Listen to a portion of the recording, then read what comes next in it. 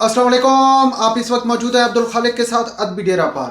और व्यूवर्स, आज आपके साथ एक अहम इशू डिस्कस करने जा रहा हूँ। इशू ये है कि माहौलियाती तब्दीली के जो असरात हैं नौ इंसानियत पर पड़ रहे हैं, और ख़ुसूसन जिस तरह हमारे ज़मीन और हमारा वतन अज़ीज़ मुतासर हो रहा है, बड़ा अहम इशू है। इस पर कोई आवाज़ नहीं उठा रहा।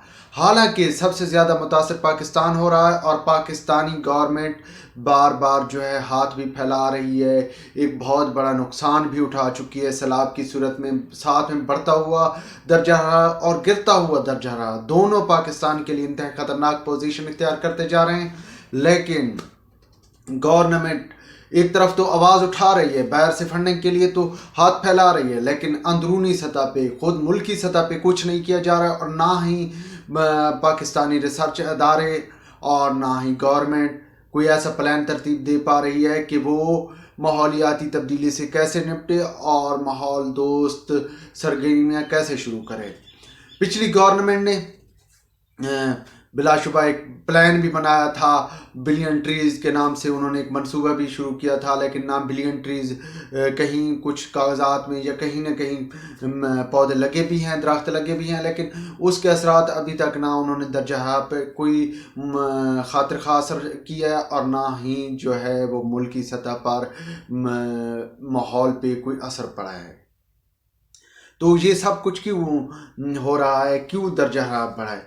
व्यूवर्स, एक तरफ हम बड़ी शिद्दत और बड़ी ताकत के साथ वसाइल, जो कुदरती वसाइल है, उनका ज़िया कर रहे हैं। कुदरती वसाइल को हम अपने तरह से कन्वर्ट कर रहे हैं।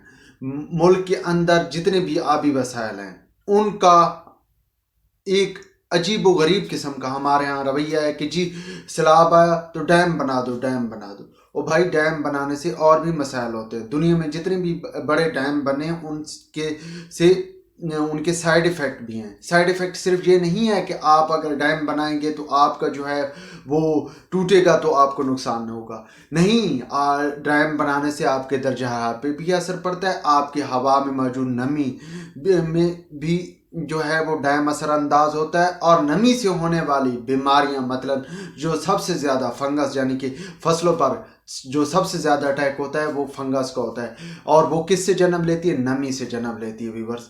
तो ये सब कुछ जो है ये आपके डैम बनाने से, आप अगर पानी को ज़ख़ीरा करेंगे, और दूसरा पानी ज़ख़ीरा करने से जो मेन आपका असर है, जो आपका दरिया है वो मुसलसल सिकुड़ता जाएगा, और सिकुड़ने से साथ में आपकी आबादी फिर दरियाओं की तरफ मूव करेगी, और फिर किसी दिन फिर बारिशें होंगी, और एक लंबा सैलाबी रेल आएगा और सब कुछ को बहा कर ले जाएगा। फिर आप रोने बैठ जाना कि जी वो सैलाब आ गया, सैलाब आ गया, हमारा इतना नुकसान हो गया।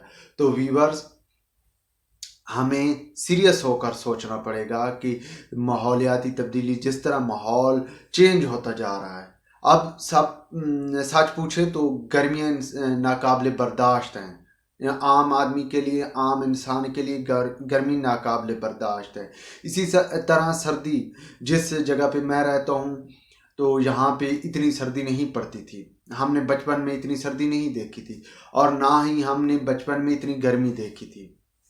लेकिन गर्मी और सर्दी की शिद्दत, जिस तरह मौसम सख्त हो रहा है, बल्कि ये कह रहे हैं कि मौसम इंतहाई जालिम हो चुका है और वो सब कुछ बर्बाद करने पे तुला हुआ है, और लेकिन इंसान नहीं सोच रहा। तो व्यूअर्स, हमें सोचना होगा। हमें अपने माहौल को माहौल दोस्त बनने के लिए, गवर्नमेंट कुछ नहीं कर रही तो हमें आगे आना होगा, नहीं तो ये खिता जो है तब्दील हो जाएगा, इसका जोग्राफिया तब्दील हो जाएगा, और कहत की एक नई लहर जन्म लेगी।